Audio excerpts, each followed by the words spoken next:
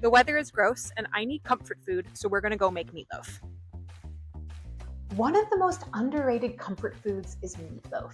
It's the kind of thing that every time you make it, you do it a little differently, but somehow it still always tastes the same. Let's start this all off with a brief history of meatloaf.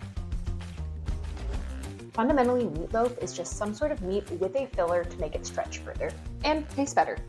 In the US, recipes for meatloaf became pretty popular during the 1930s when people were pressed for cash and looking for ways to make a pound of meat stretch further.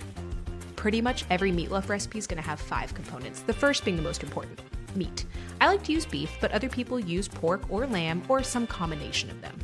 Up next, we have the filler. That's what gives the meatloaf its bulk. Traditionally, you'd use breadcrumbs, but I've also seen recipes that use oatmeal. Meatloaf can get dry pretty easily, so you gotta add some extra liquid. I like to use tomato sauce, but I've also seen recipes with milk or stock. To help make these disparate ingredients stick together, you often need to use a binder, like an egg, although not every recipe will call for this. And last but not least, we have our flavor additives. These are what really set recipes apart from one another. I'm always gonna use Worcestershire, and my secret ingredient? Fried onions. And at this point, you're just going to mix it together, put it into a roast pan, and bake it.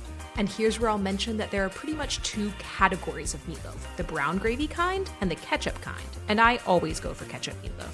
If you're not careful, meatloaf can dry out. So if it's beef, try to pull it out when the internal temp reaches 160 degrees Fahrenheit. You can serve meatloaf however you like, but I always have it with mashed potatoes and canned green peas.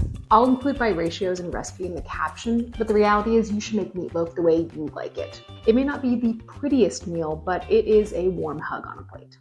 Until next time, I'm Kara, and I can cook.